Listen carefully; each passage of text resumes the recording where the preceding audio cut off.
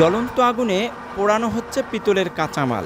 এরপর মেশিনের সাহায্যে চ্যাপ্টা করে পিতলের সামগ্রী তৈরির উপযোগী করা হয়। কারিগরদের হাতে পৌঁছানোর পর বিভিন্ন পণ্যের আকৃতি অনুযায়ী করা হয় টুকরো টুকরো। তারপর ডিজাইন মতো তৈরি হয় বিভিন্ন ব্যবহার্য জিনিস।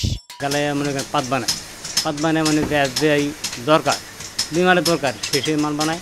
বালতি বানানো হয়, ঘটি বানানো হয়, আবার পুরা বানানো হয়।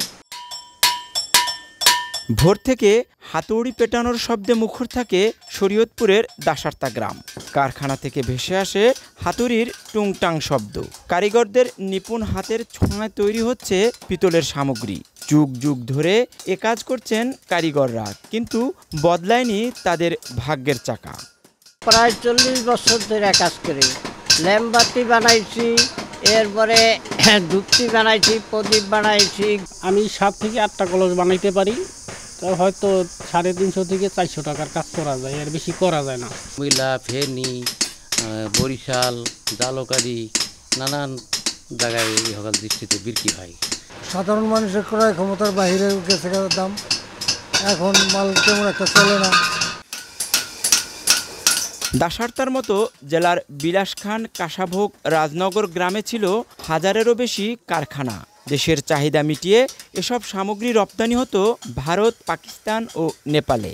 কিন্তু কাঁচামালের মূল্যবৃদ্ধিতে তৈরি সামগ্রী এখন নিম্ন আয়ের মানুষের হাতের নাগালের বাইরে। তবে নতুন নকশায় ও আধুনিকতায় বেড়েছে এসব পণ্যের কদর।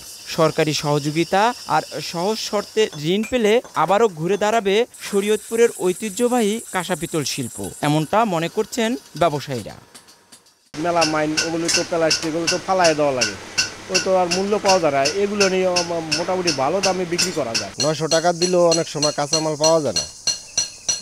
এটা আগে যেই অহরহ ছিল যে চট্টগ্রামে জাহাজগুলি ভাঙতো, তো ওই জাহাজগুলি এখন বাংলাদেশে তেমন একটা ভাঙা পড়ে না। স্বাস্থ্যসম্মতর জন্য কাঁসার প্লেট, গ্লাস, বাটি এগুলি নেয়, কলসি নেয়, এগুলিতে ব্যবহারে খুবই ভালো।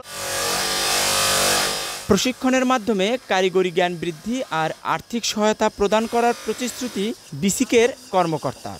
বিসিক কিন্তু ঋণ প্রদান করে থাকে যারা ক্ষুদ্র উদ্যোক্তা যারা আছে, পাশাপাশি প্রশিক্ষণ দিয়ে থাকে।